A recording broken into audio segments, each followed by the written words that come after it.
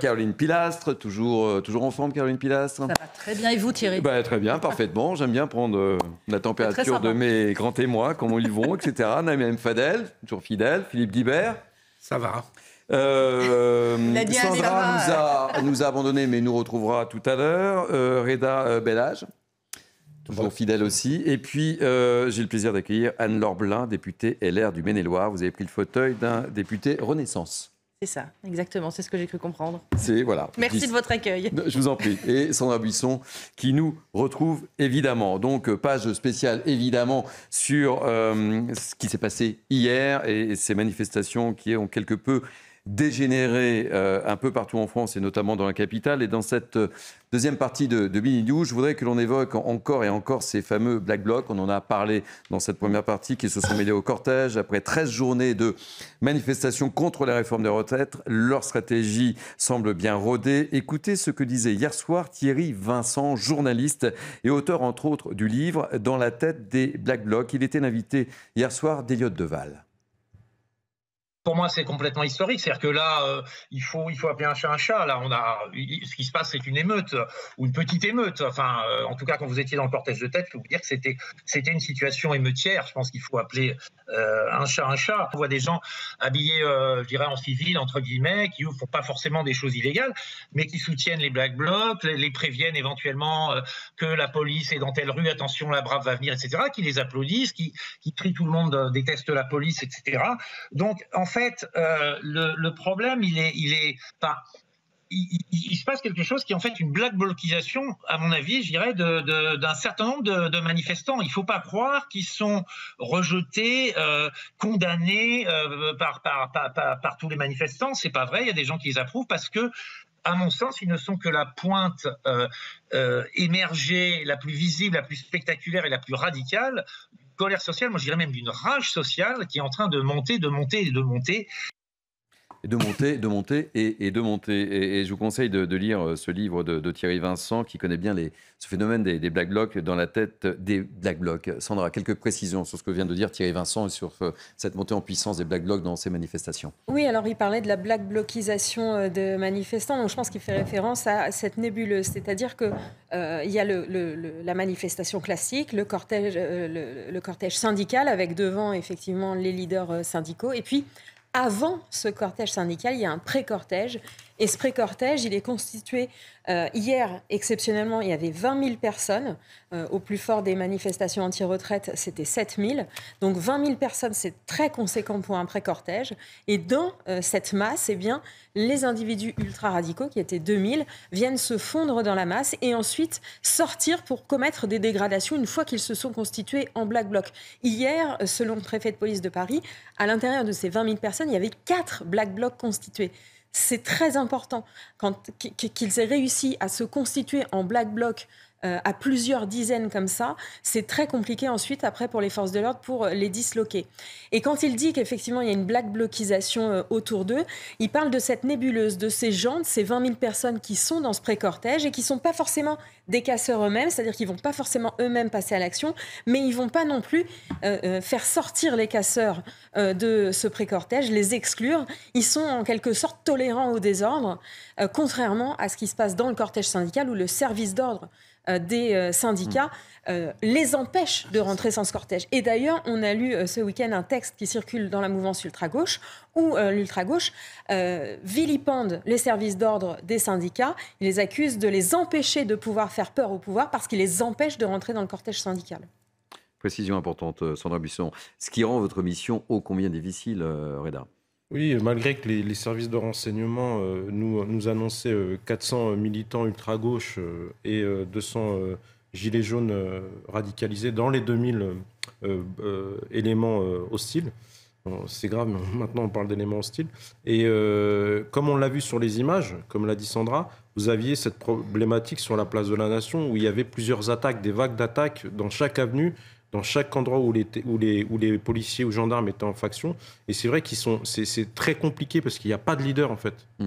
quand vous n'avez pas de leader, si vous identifiez pas le meneur ou le leader, c'est très compliqué pour nous pour neutraliser. Et en fait, on s'est retrouvé à un moment sur la place de la Nation, au-delà des Black Blocs, des gens qui n'étaient pas forcément habillés en noir, des gens qui ramassaient des pavés, une fois que les policiers avaient reculé, et les lançaient sur les policiers. Et là, c'est vraiment une ultra-radicalisation. Donc je pense qu'il va falloir être très très vigilant le 6 jours. Et on l'a vu hier, on voit ces images qui sont terribles, et je vous ferai réagir, Anne Dorblin, sur ce qui s'est passé hier, mais on a vu que des forces de l'ordre débordaient, qui étaient parfois obligées de reculer face à ces assauts. C'est oui, terrible, mais attention, on a été débordés, pourquoi ? Parce que aussi, avec tout ce qui s'est passé, tout ce qu'on a appris par certains, je ne vais pas faire de politique, mais certains partis, nous aussi, on a une, je ne vais pas dire qu'on a une image, mais une de nos priorités, et c'est la priorité, c'est préserver l'intégrité physique des gens qui venaient pour manifester pacifiquement.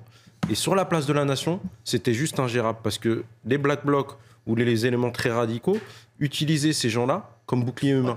Donc c'était très difficile pour les Bravem et les autres services de pouvoir procéder aux vagues de dispersion. Anne Dorblin, j'aimerais vous entendre, avant de parler des Black Blocs, sur ce qui s'est passé très concrètement hier à Paris, mais dans d'autres villes, on l'évoquait avec Philippe Guibert, à Nantes, à Angers notamment, qui est réputé pour la douceur angevine, combien légendaire. Aucune ville n'est épargnée, même des villes moyennes. Hein. Ah oui, effectivement, à Angers aussi, alors c'est peut-être un peu moins médiatique que Paris, mais l'hôtel de ville a été saccagé, la chambre de commerce d'industrie aussi. En fait, on voit, et les images encore aujourd'hui nous le montrent, ce sont des groupuscules qui portent en leur sein la détestation de l'autorité et même la détestation de la France. Et je comprends ce que vous dites, parce qu'il y a effectivement l'image politique qui est véhiculée aussi, parce qu'aujourd'hui, vous avez des groupes et des partis politiques d'extrême gauche qui attisent aussi cette haine de l'autorité portée par nos forces de l'ordre, alors que leur première mission est de nous protéger et de protéger l'ensemble des Français et notre territoire national. On voit aussi que le gouvernement joue quelque part aussi à un jeu dangereux, parce qu'on sait aussi que les protocoles d'intervention ont été modifiés, qu'effectivement les forces de l'ordre sont plus, c'est vous qui pourrez peut-être le dire, mais plus en défensive qu'à l'attaque, et en tout cas en phase offensive. Et puis au-delà de ça, je pense qu'aujourd'hui, on n'a absolument pas ménagé nos forces de l'ordre. Quand on pense à des événements plus régionaux tels que Sainte-Soline, vous avez quand même des forces de l'ordre qui passent du maintien de l'ordre en zone urbaine à des maintiens de l'ordre en zone rurale. Et effectivement, on n'a pas un gouvernement qui sait marquer son autorité. Donc moi, ce que je regrette aujourd'hui, c'est qu'on est toujours dans ce « en même temps ». Vous avez le ministre de l'Intérieur qui va utiliser des petites phrases de grande communication, mais la réalité, c'est qu'il faut véritablement soutenir nos forces de l'ordre et derrière, faire marcher la machine judiciaire. Parce que moi, j'attends encore les résultats, notamment des arrestations très faibles qui ont eu lieu à Sainte-Soline, mais ensuite, quelles sont les condamnations ? Et il faut que la justice aussi passe et aille jusqu'au bout, parce que, et c'est vrai qu'on l'entend souvent sur le terrain, alors moi j'ai plus de gendarmes que de policiers, puisqu'en zone gendarmerie, les zones rurales sont en zone gendarmerie. Mais la réalité, c'est qu'aujourd'hui, ils ont un peu l'impression d'œuvrer et puis de finalement ne pas être suivis dans leur investissement. Donc il faut véritablement que le gouvernement, le ministre de la Justice et le ministre de l'Intérieur soient d'un commun accord, déterminés, avec effectivement une annonce aussi et des propos très clairs du président de la République pour condamner tout ce qui se passe. Mais ces groupes, ils sont identifiés. Enfin, je crois que tout le monde sait qui ils sont. Ils agissent depuis longtemps. Écoutez, je ne sais pas si on va en parler par la suite. Nous, dès hier, par rapport aux violences, on a fait un communiqué de presse, pour que justement ces criminels, parce qu'on va appeler ça, faut appeler un chat, ces criminels, qu'on ait des outils pour législatifs des mots encore plus forts, et politiques au niveau du gouvernement, pour que ces criminels, on puisse les empêcher d'aller sur les manifestations. Je pense qu'on a eu une réponse ce matin, peut-être qu'on va en parler, du ministre de l'Intérieur, suite à notre revendication. Sandra Buisson. Oui, effectivement, le Gérald Darmanin s'est exprimé ce matin sur BFM TV et RTL. Il a expliqué qu'il voulait remettre l'ouvrage sur le métier pour l'interdiction administrative de manifester. Alors, peut-être un point déjà de ce qui est faisable actuellement ou pas. Interdire à quelqu'un d'aller manifester, c'est possible aujourd'hui en judiciaire. Ça veut dire quand vous avez commis des faits répréhensibles, par exemple si vous avez vous êtes présenté pour être jugé en comparution immédiate parce que vous avez commis des violences. Si vous demandez un délai pour être jugé, c'est ce qui est possible pour n'importe quel justiciable, eh bien, avec le contrôle judiciaire, vous pouvez avoir une interdiction de manifester. C'est ce qui est arrivé à un étudiant à Rennes le 23 mars, jugé le 26 avril. En attendant, il a été libre, sous contrôle judiciaire, interdiction de manifester et de sortir de chez lui entre 22h et 7h du matin. Au moment du jugement, si vous êtes condamné, la peine aussi peut être assortie d'une interdiction de manifester pendant plusieurs mois. On l'a vu, on l'a constaté nous-mêmes dans les comparutions immédiates au moment des Gilets jaunes, c'était prononcé. Là, ce que veut Gérald Darmanin et ce que demandaient différents syndicats de police depuis plusieurs années, c'est que les préfets puissent interdire à quelqu'un d'aller manifester s'il est connu de la police ou des renseignements comme étant un individu violent en manifestation. C'était la mesure phare du projet de loi anti-casseurs du printemps 2019. On était alors en plein mouvement des Gilets jaunes et la loi avait été validée, mais une mesure avait été censurée par le Conseil et c'était celle-là. Le texte prévoyait que le préfet puisse interdire de manifestation toute personne qui présentait une menace d'une particulière gravité pour l'ordre public. S'il ne respectait pas l'interdiction de manifester, ça pouvait se solder par 6 mois de prison et 7 500 € d'amende. En même temps que l'interdiction, le préfet prononçait aussi une inscription au FPR, au fichier des personnes recherchées. Les défenseurs des libertés publiques avaient dénoncé une atteinte à la liberté d'aller et venir, au droit d'expression collective et de réunion, tous des droits qui sont protégés par la Constitution. Pourquoi ça a été censuré? Parce que, selon le Conseil constitutionnel, les préfets avaient trop de marge de manœuvre pour décider des motifs justifiant cette interdiction. Le Conseil qui a dit qu'au vu de la portée de cette interdiction, des motifs qui pouvaient la justifier, des conditions de sa contestation, eh bien, ça portait une atteinte au droit d'expression collective des idées et des opinions qui n'étaient pas adaptées, nécessaires et proportionnées. Dans la foulée, les autorités avaient dit « Très bien, on prend acte, cette mesure est retoquée par le Conseil constitutionnel, mais on retravaillera pour reproposer un texte. » Ce qui n'a pas été le cas depuis 2019. Et donc ce matin, Gérald Darmanin annonce qu'il va travailler à reproposer un texte qui puisse permettre l'interdiction administrative de manifester pour les préfets. Réaction, Philippe Guibert, Naïma Mfadel et Caroline Pilas. Et je vous donne la parole juste après. Je trouve que ce que vient de nous expliquer Sandra montre bien la difficulté du sujet. Ah oui. C'est-à-dire que d'interdire a priori à des gens de manifester, ça peut être utilisé, c'est une disposition qui peut être utilisée de façon arbitraire s'il n'y a pas des règles extrêmement strictes. Parce que si on commence à donner au préfet le pouvoir de dire qui a le droit de manifester et qui n'a pas le droit de manifester, ça devient un peu compliqué dans un pays de liberté publique. Exactement. Je vous signale quand même que ces dernières semaines, au-delà des violences inadmissibles auxquelles on a hélas assisté hier, mais je vous signale que ces dernières semaines, il y a eu des arrêtés contre les casseroles, rebaptisés ustensiles d'une formule un peu plus complexe. Un détournement de la loi antiterroriste. Un détournement de la loi antiterroriste. Je vous signale que samedi soir, lors de la finale de la Coupe de France, la justice a cassé un arrêté interdisant de manifester. Donc, il faut faire attention parce qu'il y a une volonté légitime d'empêcher ces Black Blocs de gâcher une manifestation et de commettre des dégâts considérables, sans parler des agressions graves contre les policiers, qui est parfaitement légitime, qu'on partage tous. Mais le moyen et les outils dont on dispose sont très compliqués et on est à chaque fois un peu sur le chemin de crête entre la prévention légitime contre des actes violents et puis l'arbitraire. C'est pour ça, je termine juste là-dessus, Naïma, que j'aime pas qu'on parle de terrorisme à propos de toute violence politique, parce qu'à chaque fois qu'on parle de terrorisme, on constate qu'il y a eu du détournement de lois antiterroristes et que si tout est terrorisme, si toute violence politique, y compris tout à fait inadmissible, devient du terrorisme, on va commencer à utiliser l'arsenal antiterroriste pour réprimer les manifestations.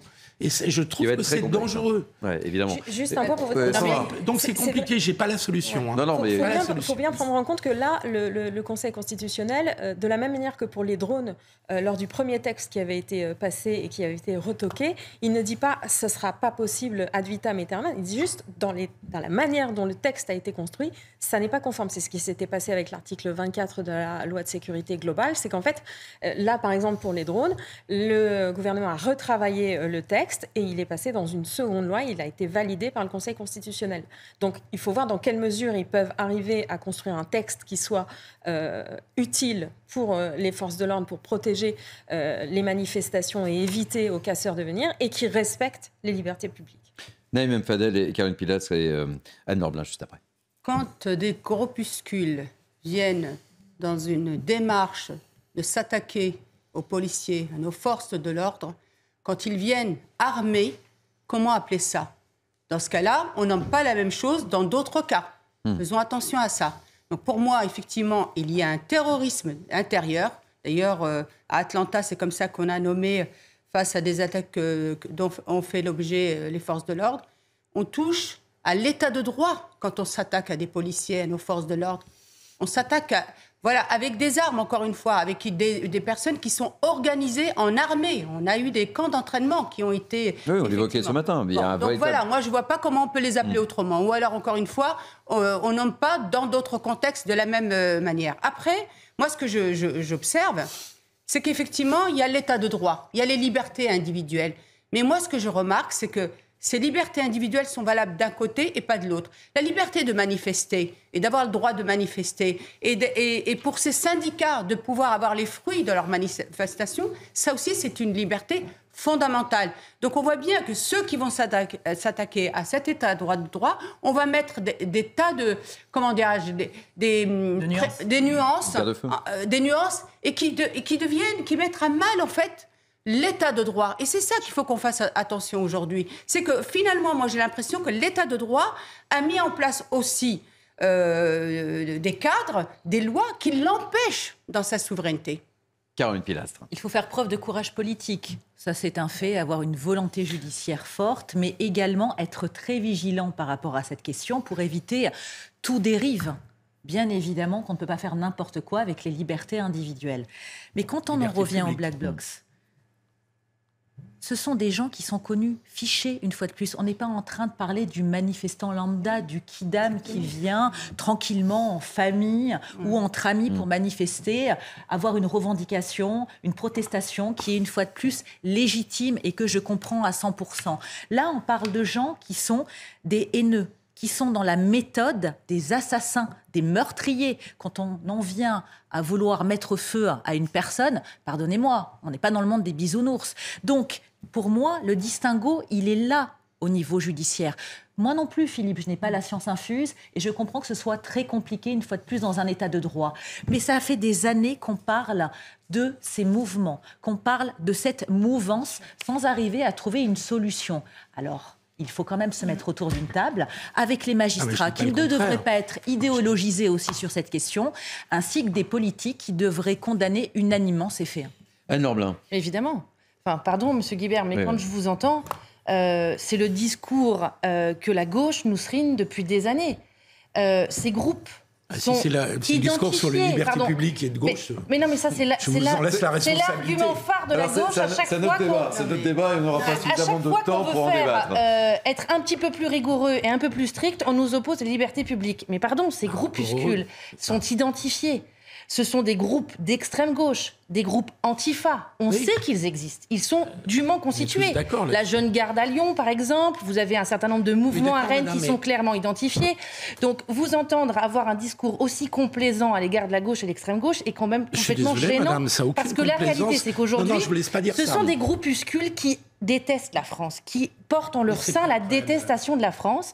Et moi, j'ai entendu, notamment dans le précédent mandat, le ministre de l'Intérieur nous vendre la loi séparatisme comme justement une loi qui était suffisamment rigoureuse pour mettre fin à toutes les situations de séparatisme sur le territoire national. Donc, ce qui doit s'appliquer aux groupuscules islamiques doit aussi s'appliquer à l'extrême gauche. Sauf qu'aujourd'hui, vous avez une rhétorique valable pour l'extrême droite et absolument pas valable pour l'extrême gauche. Donc aujourd'hui, il y a un deux poids, deux mesures. Ce qui est valable pour l'extrême droite doit être aussi applicable pour l'extrême gauche. Réponse de Philippe Guibert, je vous donne la parole tout de suite. Je ne me permets pas de parler de complaisance de ma part à l'égard des gens qui sont violents. Je suis désolé, c'est tout à fait scandaleux ce que vous dites. Je ne suis absolument pas complaisant. Non, êtes gentil de ne pas transformer le débat les libertés publiques à chaque fois qu'on veut faire appliquer des règles pour faire respecter l'autorité dans ce pays. Ils sont parfaitement gratuits. Donc je vous remercie, madame, de rester sur un autre ton. Deuxièmement, quelles sont les propositions que vous faites? Vous me dites que j'ai une rhétorique sur les libertés publiques. Je viens de vous expliquer que le dispositif en loi antiterroriste, avait été appliqué de façon parfaitement abusive par les préfets, que ça a été cassé par la justice administrative. Donc, si vous voulez, la préoccupation de liberté publique et de ne pas détourner de façon arbitraire les lois n'est pas un fantasme de gauchiste. Excusez-moi, madame, sortez un peu de votre circonscription. Les libertés publiques, c'est un peu à géométrie variable quand vous. Mais c'est pas du tout à géométrie variable, madame. Vous vous rendez compte de ce que vous dites? Vous êtes député. Vous êtes député, je vous le dis. Et vous m'expliquez que les libertés publiques, c'est à géométrie variable. Et lorsqu'on bafoue la France, on doit faire appliquer la règle de droit et appliquer l'autorité de l'État. Et aujourd'hui, l'autorité de l'État est bafouée. Moi, je m'inquiète un petit peu. Vous êtes député, vous m'expliquez que les libertés publiques, c'est à géométrie variable. Non, mais aujourd'hui, vous avez des groupuscules qui sont constitués, qui attaquent la France, qui attaquent les représentants de l'État. Madame, arrêtez de parler de la France. D'abord, la France, elle ne vous appartient pas. Et deuxièmement, c'est pas la France qui est en jeu. Pour tous ces gens qui veulent détruire la France et ses représentants. Détruire la France, madame. C'est de la contestation sociale, c'est de la violence politique contre l'État. OK ? Donc, la question qui est posée, vous n'avez donné aucune réponse concrète. Attendez, ne parlez pas en même temps, s'il vous plaît. Vous n'avez donné aucune réponse concrète. Vous parlez avec des mots liberté publique, machin. Quelles sont vos solutions concrètes dans la mesure où des gens qui sont fichés, on ne peut pas les arrêter sans preuve. La loi séparatisme. Mais quel rapport ? Ce qui était valable pour la lutte contre l'islam, pourquoi ne serait-elle pas valable aussi pour la dissolution, notamment d'un certain nombre de groupuscules que l'on connaît, d'extrême gauche, qui sont aujourd'hui constitués. Voilà. Pourquoi ce ne serait pas valable pour ces groupuscules d'extrême gauche ? Vous n'avez pas d'arrestation préventive dans la loi séparatiste. Je vous parle de la dissolution des groupuscules d'extrême gauche que nous connaissons aujourd'hui parfaitement. Ok, vous allez les dissoudre, ils vont se recréer d'une autre façon. Comment vous allez empêcher ces gens d'aller continuer ? C'est valable pour l'extrême droite. Mais quel est le rapport avec... Pardon, madame, on parle de violence. Moi, je vous dis d'éviter le deux poids, deux mesures. En quoi ça résout notre problème ? Dernier mot. Moi, je veux à un moment donné que les choses soient claires. Si on peut résoudre un problème en dissolant,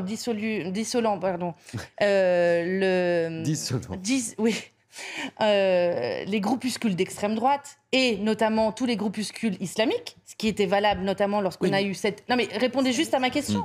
Madame, la loi séparatisme était faite justement pour assurer une homogénéité sur le territoire et éviter le séparatisme sur le territoire national. Est-ce que vous considérez que l'extrême gauche et les groupuscules d'extrême gauche ne font pas aujourd'hui preuve de séparatisme par rapport à la France ? Voilà, c'est ma question. Vous pouvez l'histoire de vous mettre d'accord. Le Black Bloc n'est pas un groupe. Non, ça va pas être facile. Histoire de vous mettre d'accord. C'est pour ça que je vous ai dit qu'on ne parle pas de Black Bloc, mais d'Antifa. Histoire de vous mettre d'accord, on va écouter Laurent Nunez, préfet de police, et je vous fais réagir très rapidement.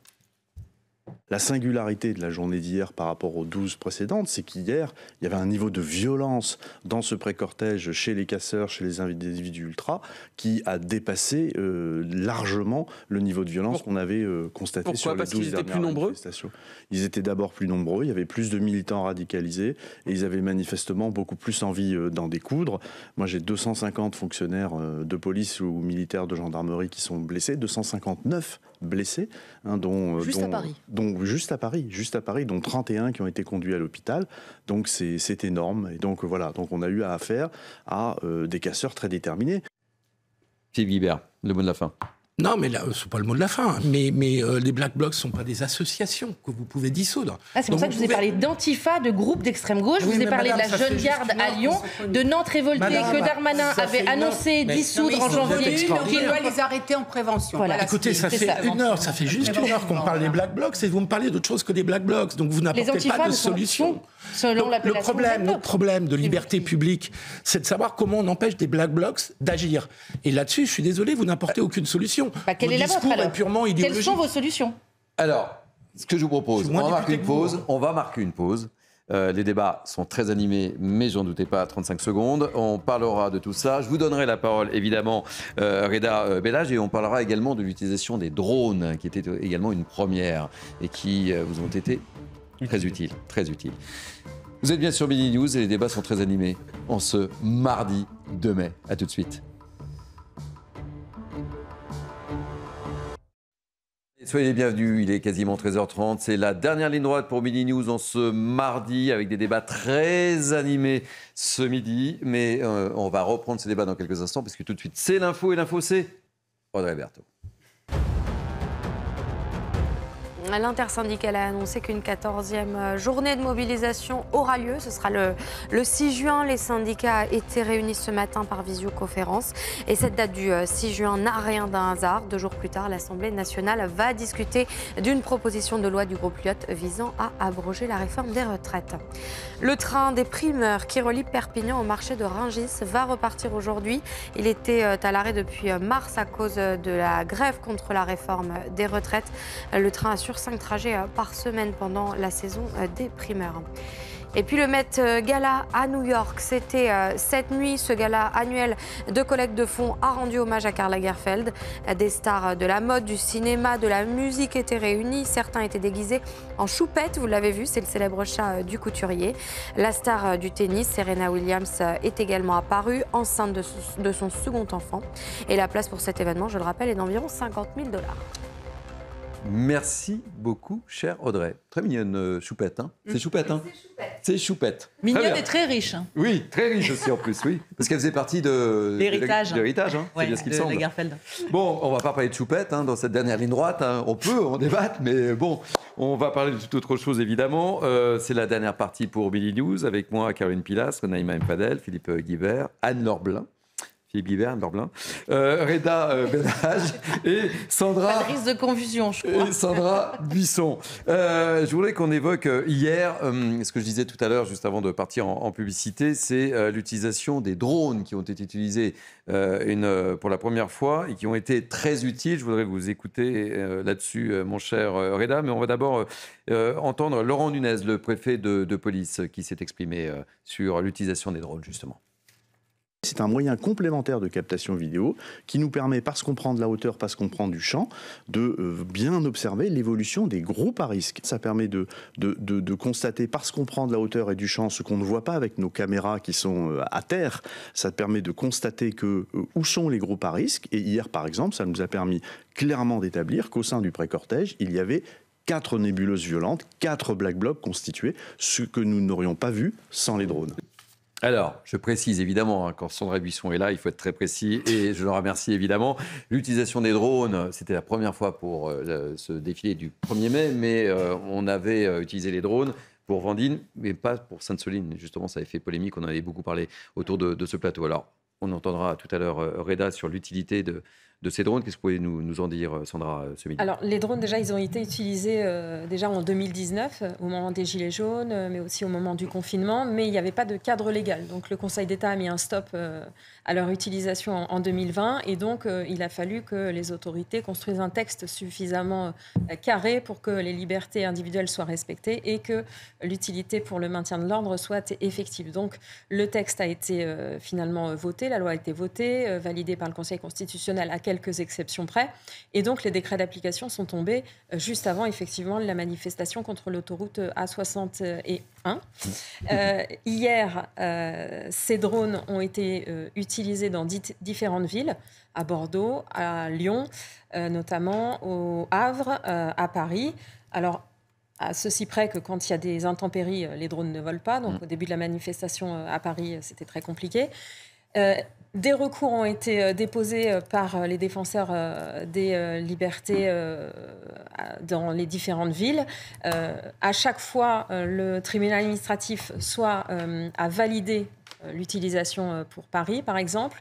La restreinte pour Le Havre, notamment parce que le tribunal a considéré que l'utilisation du drone était trop large en temporalité, au nombre d'heures utilisées, et puis dans la surface sur lesquelles ils volaient. Mais ils ont pu voler.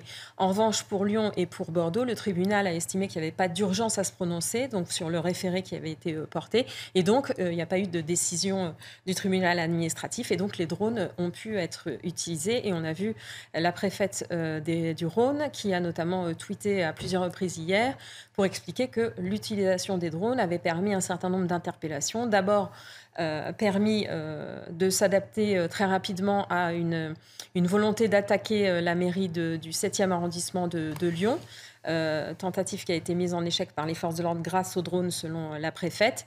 Et puis ça a permis aussi de retrouver un groupe d'individus qui commettaient des violences et des dégradations et qui s'étaient réfugiés dans un supermarché, et puis d'une dizaine d'autres qui étaient aux alentours. Voilà pour le bilan, en plus de celui qu'a donné le préfet de police de Paris.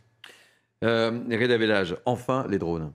Oui, enfin les drones, je vais vous dire, il y a 3 points, c'est protéger, prévenir et localiser les éléments dits à risque et radicaux, et protéger surtout les manifestants pacifiques. Et puis, grâce à ces images, on peut mieux gérer le maintien de l'ordre et pouvoir gérer ces vagues et neutraliser ces vagues d'attaques criminelles contre les forces de l'ordre. Et également, on peut procéder aux interpellations. On a vu depuis le début des manifestations, lorsqu'il y a eu des violences ou lors des rassemblements la nuit, qu'on a eu beaucoup d'interpellations, mais très très peu de poursuites. Aujourd'hui, cet outil va nous donner un outil supplémentaire, malgré qu'on ait les caméras apparemment. Certains, au niveau de la justice, des fois ça suffit pas. Mais là, aujourd'hui, avec ce drone, ça va nous donner un outil supplémentaire pour pouvoir dire, voilà, même si on n'identifie pas, en tout cas, on sait qu'il était dans un groupe. Parce qu'à un moment, j'entends pas mal de choses depuis hier, mais à un moment, le gars, il est habillé en noir. Il est retrouvé avec une pierre ou une masse ou n'importe quoi. Au niveau législatif, là-bas, ce qu'on vous apprend, c'est que dans le code pénal, vous avez un élément moral, un élément matériel et un élément législatif. C'est-à-dire législatif qu'il est prévu par la loi. Un élément matériel, le gars, il est habillé en noir, il est trouvé avec un objet non contendant, il est sur une manifestation ou des éléments habillés, c'est dans le cadre d'une enquête. Et l'élément moral, c'est si il ne voulait pas commettre d'exactions envers les forces de l'ordre, il ne devait pas être là, tout simplement. Et aujourd'hui, cet outil va nous prouver que cette personne était là. Et ça va nous donner un outil supplémentaire pour que la justice nous aide aussi à maintenir les institutions républicaines, parce que je pense que là-dessus, nous, on est très, très remontés. Je voulais le dire tout à l'heure. Je n'ai pas pu m'exprimer. Mais allez-y. Vous avez eu 500 policiers gendarmes blessés sans compter hier, depuis le début des manifestations. Et aujourd'hui, on se pose la question encore de savoir si on peut avoir un moyen en plus avec 400, en une journée, 400 policiers gendarmes blessés. Je ne comprends même pas encore les gens pourquoi ils se posent des questions.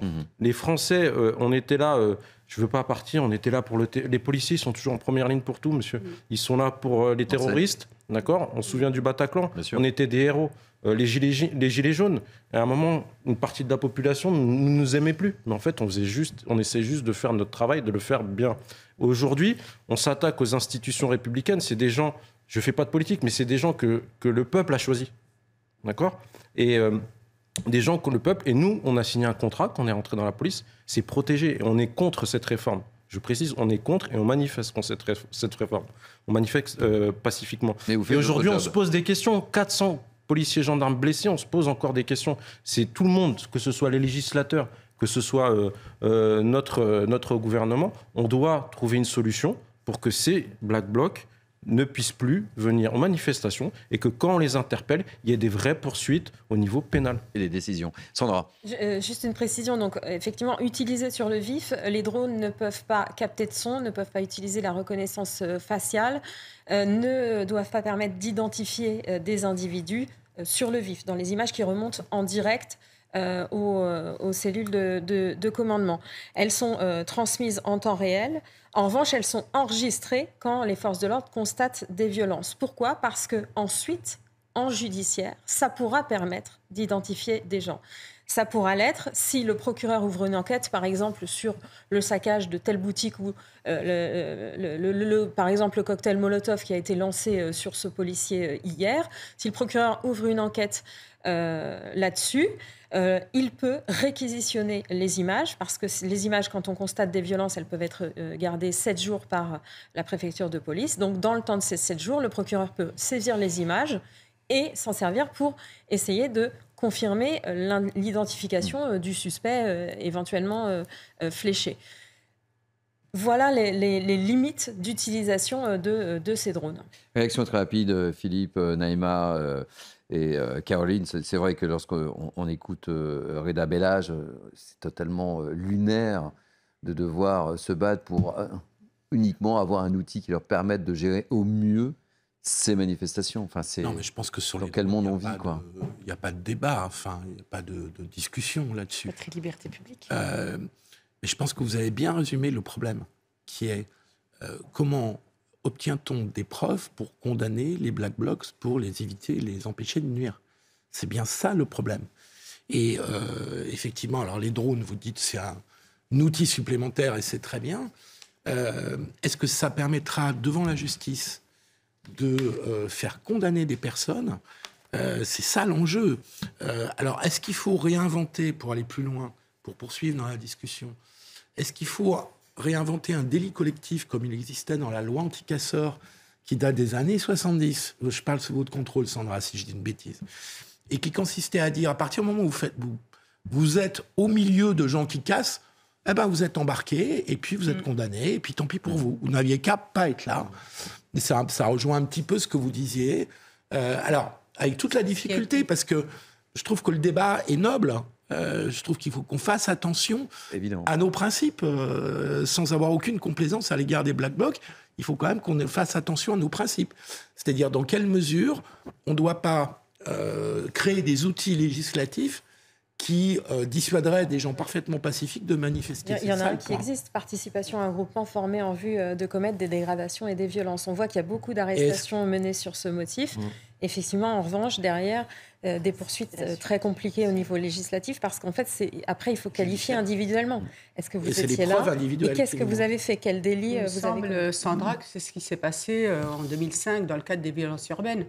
Il y a eu beaucoup de personnes qui ont été condamnées comme ça, parce qu'elles ont été... Alors, je vous interromps très rapidement, priorité au direct, on reparlera de cela. Je voulais qu'on aborde un petite partie politique, et nous avons Élodie Huchard et Laurent Sélarié qui sont à l'Assemblée depuis ce matin.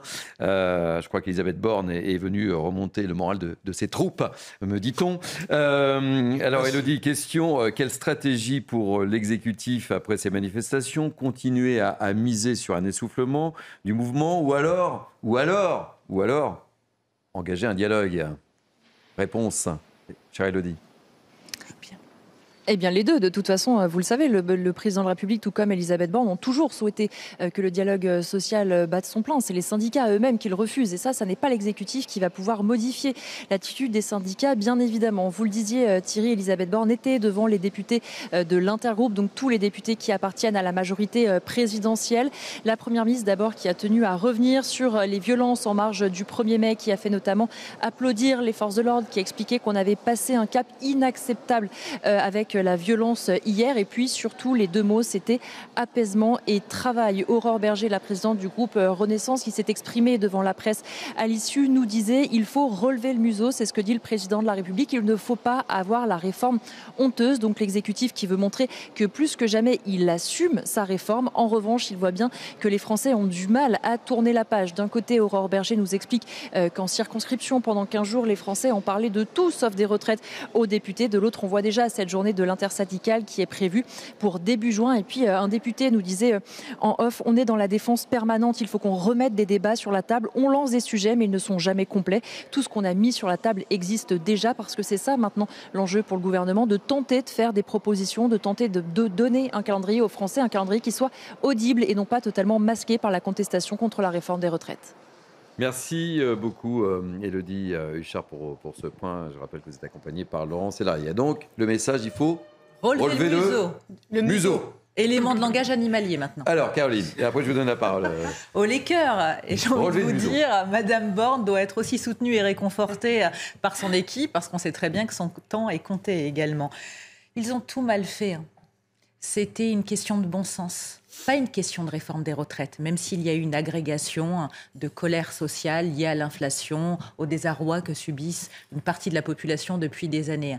Mais ça n'est pas sous prétexte qu'ils veulent que cette séquence, que cette page soit tournée, qu'elle le sera concernant une majorité de population qui est contre cette réforme des retraites.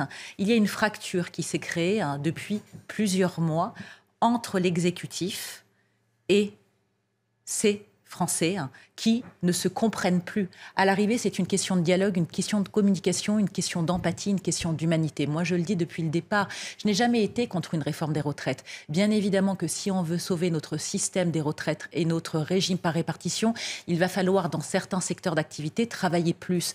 Mais cela a été tellement mal ficelé, cela a été tellement méprisant en termes de petites phrases. Il n'y a pas eu de concertation des uns et des autres. Je le rappelle aussi, quand ils allaient sur les plateaux télé ou dans les stations radio, c'était tout et son contraire. Il n'était même pas à la page. Donc comment voulez-vous qu'une Française qui est déjà en déficit démocratique, abstentionniste régulièrement, fasse confiance aux politiques? C'est délétère. Donc à mon avis, là, la fracture continuera durant 4 ans, même s'il va bien falloir... Il y a 4 ans à tenir. Il y a des réformes à venir. La loi travail, la loi sur l'immigration. Mais si on n'a plus confiance au chef de l'État envers cet exécutif, que va-t-il se passer pour essayer de réformer le pays ou tout simplement parler d'apaisement? Les petits mots, ça suffit. Là, c'est une question de psychologie et ils n'ont rien compris. Naïm M. Fadel. Non, mais d'autant plus que... C'est vrai qu'hier, on a évoqué aussi le tweet d'Elisabeth Borne juste avant la manifestation qui était, pour le moins, un peu... oui, déconnecté. Un peu déconnecté de la réalité. De la réalité et de cette colère et de cette grogne. Non, mais effectivement, je pense qu'ils ont tout faux, quoi. Parce que cette réforme, maintenant, ça devient une petite réformette voilà, qu'il faudra certainement revenir dessus, malheureusement. Et on se dit tout ça pour ça. Et bien, effectivement, on était beaucoup... Parce que l'exécutif passe à autre chose. Hein. Oui, mais... Les messages qu'ils envoient, c'est ça. On passe à autre chose. Ça va être difficile avec ce nouveau rendez-vous. Si juin, mais qu'est-ce qu'on peut faire de toute façon? Non, mais passer à autre chose, sauf qu'aujourd'hui, on sent bien que les Français ne sont pas prêts à passer à autre chose. Et moi, je voudrais relever ce qu'a dit Reda et dire... Encore une fois, tout mon soutien à nos forces de l'ordre, parce que c'est vrai que c'est eux qui payent le prix un peu de cet entêtement aussi du gouvernement. Moi, je voudrais dire qu'ils sont là pour nos forces de l'ordre pour, avant tout, nous protéger. Ils risquent leur vie pour nous protéger. Ils sont les garants de nos institutions. Ils sont les garants de notre état de droit. Ils sont les garants de la République. Donc aujourd'hui, ce n'est pas normal qu'on ne les protège pas plus que ça. Philippe Guibert, relevez le museau, ça vous inspire quoi? Relever le museau. C'est un programme, ça. On tape beaucoup, et tout à l'heure, on le faisait avec... moi-même, je le faisais avec le député de la majorité. je suis député Les Républicains. Non, je parlais de votre prédécesseur. je ne confonds pas. Mais justement, puisqu'on a tapé sur la majorité, le pouvoir en place, on pourrait aussi interpeller les Républicains. Parce que dans cette crise politique et dans cette crise démocratique, il y a une grosse responsabilité du pouvoir, je pense que nous sommes tous d'accord. Enfin, il y a une responsabilité des Républicains quand même, dont on n'a jamais compris s'ils étaient sur ce projet, pour le projet, contre le projet, pour la censure, contre la censure, puisque là, vous faites sur tous les sujets...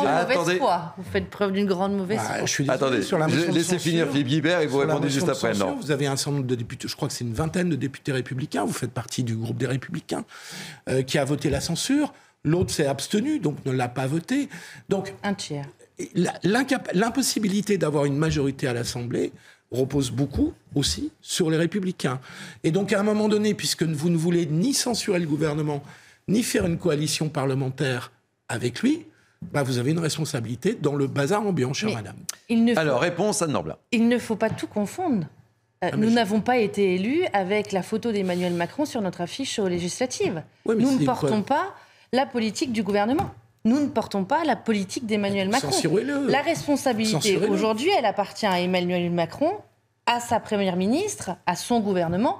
C'est à eux de fixer le cadre et la ligne pour les 5 ans à venir. Nous ne portons pas cette responsabilité. Nous sommes élus dans l'opposition et nous formulons des propositions énormes sur les retraites. Ils ont fait des concessions énormes parce que vous savez très bien que le projet... Ils ne sont pas allés assez loin, vous le savez très bien. Mais nous avons effectivement... Mais là, je vais vous répondre. Là, quand même, tout a été négocié avec la majorité sénatoriale. Il y a beaucoup de choses qui auraient pu être faites. Et d'ailleurs, il y a aussi beaucoup de choses qui ont été retoquées au Conseil constitutionnel. Donc aujourd'hui, la réforme, et pour être honnête, la réforme qui aboutit a été excusée d'un certain nombre de propositions, notamment des Républicains. Donc voilà, ne dites pas tout et son contraire, mais simplement, les Républicains ne portent pas la responsabilité. Si vous pouvez simplement me laisser terminer. Ouais, je sais pas. Les Républicains ne portent pas la responsabilité du gouvernement. Nous sommes élus par les Français pour travailler pour eux et pour la France. Nous formons des propositions. Nous les avons d'ailleurs toujours formulées. Mais effectivement, moi, ce que je voulais dire, c'est que depuis la réélection d'Emmanuel Macron, le gouvernement et les parlementaires continuaient de gouverner de la même manière qu'ils l'ont fait pendant le premier quinquennat, c'est-à-dire complètement isolés. Jupiter qui ne voit absolument rien autour de lui et qui finalement continue une politique de manière totalement courtisane avec des gens qui, effectivement, avancent petit pas par petit pas, en essayant de trouver des majorités parce qu'il ne sait pas d'ailleurs où il va. Et la véritable frustration en fait du pays Moi, je ne suis pas forcément d'accord avec ce que j'entends sur les Français qui seraient défavorables à la réforme des retraites. La réforme des retraites, c'est un épiphénomène. C'est un épiphénomène, la réforme des retraites. La réalité, c'est qu'aujourd'hui, les Français souffrent. Je vais vous dire, les Français souffrent aujourd'hui de ne pas vivre décemment de leur travail et de l'effort qu'ils fournissent. C'est ça la réalité. C'est qu'aujourd'hui, vous avez des Français qui travaillent, qui fournissent des efforts, qui ont le mérite de se lever, qui ne perçoivent pas les fruits de leurs efforts, alors même que les revenus de l'assistance sont quasiment égaux. Donc c'est ça la vraie difficulté. Et c'est ce que le gouvernement, avec son en même temps, n'a jamais réussi à faire. Il faut profondément créer une différence entre les revenus du travail et les revenus de l'assistance. Et le parti du travail, ce sont les Républicains, et malheureusement, ce n'est pas le en même temps du gouvernement. Allez, très rapidement, parce qu'on va aller à Nantes. Encore ? Oui, à Nantes. Mais on va je trouve que vous êtes dans une situation hyper confortable, madame. C'est-à-dire que vous ne censurez pas le gouvernement, vous ne vous alliez pas avec lui. Donc, c'est tranquille pour vous. Vous vouliez censurer le gouvernement. Allez, qu'est-ce que ça aurait apporté, la censure du gouvernement ? De retourner devant les électeurs et de faire trancher les électeurs. Laissez-moi simplement répondre. La dissolution est un pouvoir qui appartient uniquement au président de la République. Le président de la République n'est pas obligé de dissoudre l'Assemblée nationale, même si le gouvernement est renversé. Ne dites pas n'importe quoi, c'est un article de la Constitution. Il peut changer de Premier ministre, il peut simplement changer de Premier ministre. C'est ça la réalité. On referme ce volet politique avec 3 prochains rendez-vous. Demain, il ne faut pas l'oublier, la décision du Conseil constitutionnel sur le référendum d'initiative partagée sur l'âge de départ. Le 8 juin, la niche parlementaire du groupe Lyotte qui veut proposer une loi pour abroger la réforme. Et puis l'autre date qui a été annoncée ce matin par l'intersyndicale, c'est le 6 juin avec une nouvelle journée de mobilisation. Je voulais qu'on termine ce tour d'horizon en prenant la direction de Nantes. C'est le hasard, vraiment, Philippe Guibert. Et football. Oui, heureusement. Non, je me suis fait chambrer tout le week-end, donc voilà, je suppose que vous aussi. Voilà. On va retrouver Teddy Robert, qui est le président de l'association des commerçants du centre de Nantes. Teddy Robert, effectivement, je ne vais pas vous interroger sur le FC Nantes et la déconvenue face à Toulouse, mais sur ce qui s'est passé à Nantes hier, c'était une ville qui a été très, très, très touchée avec la présence de Black Blocs, on l'évoquait avec Sandra Buisson, et vous aussi à Nantes, vous en avez ras-le-bol, et on connaît bien cette ville avec Philippe Guibert, et les manifestations dégénèrent sans arrêt en fait. Alors, elles ne dégénèrent pas sans arrêt, elles ont commencé à dégénérer à partir du 49-3. Sur janvier-février, les manifestations passaient bien. Oui, mais elles ont déjà un petit peu avant, je connais bien la ville. Je vous laisse parler. Notre-Dame-des-Landes. Mais effectivement, les commerçants aujourd'hui sont touchés, sont impactés. On a un nombre de vitrines énormes qui ont été impactées. Mais au début, les Black Blocs visaient certaines boutiques proches du capitalisme. Et là, au 1er mai, on a été sidérés parce qu'une boutique de vélo, rien à voir avec le capitalisme, une boutique, une école d'informatique, porte ouverte, Monoprix, Dose Beauty, voilà, c'est des boutiques aujourd'hui qui ne sont pas des boutiques qui sont habituellement impactées. Hein. Et là, cassées, et heureusement qu'il n'y avait pas d'employés dedans parce que c'est une frayeur aussi pour nos employés. Hein. Il y a une pétition qui est en cours, je crois, Teddy Robert, hein, sur la ville de Nantes. Hein. Je ne suis pas au courant, c'est possible. Ça ne vient pas de notre association. Hein. Nous, on est une association de commerçants. On regroupe 400 commerçants dans le centre-ville. On est 70% des commerçants de centre-ville sont des indépendants. Donc aujourd'hui, on est énormément impacté pour ce qui se passe dans nos commerces aujourd'hui. Et comment agissent vos collègues commerçants là aujourd'hui ? Ils sont dépités parce que c'est perte de chiffre d'affaires. On a l'inflation, on a eu le Covid, on a un problème de recrutement partout, restauration et ailleurs. Et maintenant, depuis 2 mois, on a des manifestations avec une partie qui se passe bien, et une partie de casseurs qui font perdre énormément de chiffre d'affaires. Philippe Guibert, une question à vous poser. Oui, bonjour monsieur. Je voulais savoir comment ça se passait avec les assurances. C'est-à-dire qu'est-ce que vous étiez, en cas de dégradation de bris de vitres, etc., de vitrines, pardonnez-moi, est-ce que vous étiez remboursé assez rapidement ? Alors, ce n'est pas une question de remboursement. On est remboursé, c'est pris en charge. Le problème, c'est qu'on a des malus qui augmentent. Hein, c'est comme la voiture, on a des malus. Ouais, on peut avoir après des assurances qui nous refusent de nous réassurer. En disant ici c'est trop risqué, Nantes c'est trop risqué, on ne veut plus vous assurer. Donc là c'est 100% de prise en charge. Donc on a plutôt des problèmes de réassurance sur un secteur où ça s'empire parce que c'est à répétition. Hein. Ouais, je comprends. Merci beaucoup Teddy et Robert. Je rappelle que vous êtes le président de l'association des commerçants du centre de Nantes. Voilà, ainsi se termine Midi News. Je pense que nous avons fait un tour complet de la situation. Merci de m'avoir accompagné, Caroline Pilas. C'était un plaisir de vous recevoir pour la première fois sur mon plateau. Merci Naïma M. Fadel, une fidèle. Merci Philippe Guibert. Vous voyez, on a parlé de Nantes. Merci, malheureusement, dans des conditions, j'aurais préféré autres. Merci Anne Norblin. On est quand vous voulez. Merci Reda Bellage. Merci de votre témoignage. Surtout, merci Sandra Buisson. Je voudrais remercier également Abiba Nguizou qui m'a aidé à préparer cette émission avec Mickaël Martin Haïm, également Théo Grévin. Merci à Jacques Sanchez, à Nicolas Nissim à la programmation. Merci aux équipes en régie. Vous pouvez bien sûr revivre cette émission sur notre site cnews.fr. Et puis tout de suite, c'est la Parle en français avec l'ami Clélie Mathias. Belle journée sur CNews et je vous retrouve demain à midi pour Midi News.